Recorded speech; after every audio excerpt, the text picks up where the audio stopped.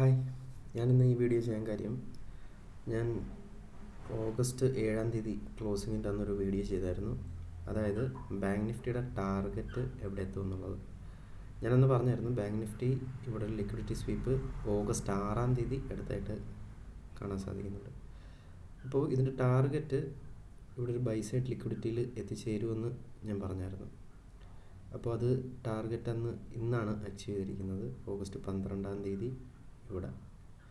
അപ്പോൾ ഇവിടുന്ന് ഒരു റിവേഴ്സൽ നമുക്ക് പ്രതീക്ഷിക്കാം. ഐദർ ഇത് ഫില്ലാകും, അല്ലെങ്കിൽ ഇവിടുന്ന് ഒരു റിവേഴ്സൽ വരാം. അപ്പോൾ മന്ത്ലി ചാർട്ട് നോക്കുകയാണെങ്കിൽ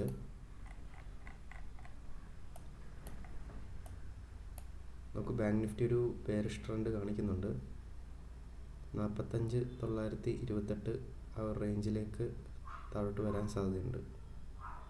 അപ്പോൾ ഓൾറെഡി ജൂലൈ 1 അത് ജൂലൈ മാസത്തെ ക്യാൻഡിൽ കൺഫർമേഷൻ തന്ന റിവേഴ്സലാണ് എന്നുള്ളത്.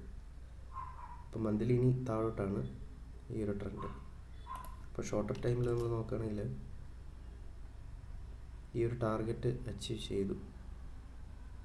ഇത് കാണിക്കാൻ വേണ്ടിയാണ് ഞാൻ ഈ വീഡിയോ ചെയ്തത്. അപ്പോൾ താങ്ക് യു സോ മച്ച്.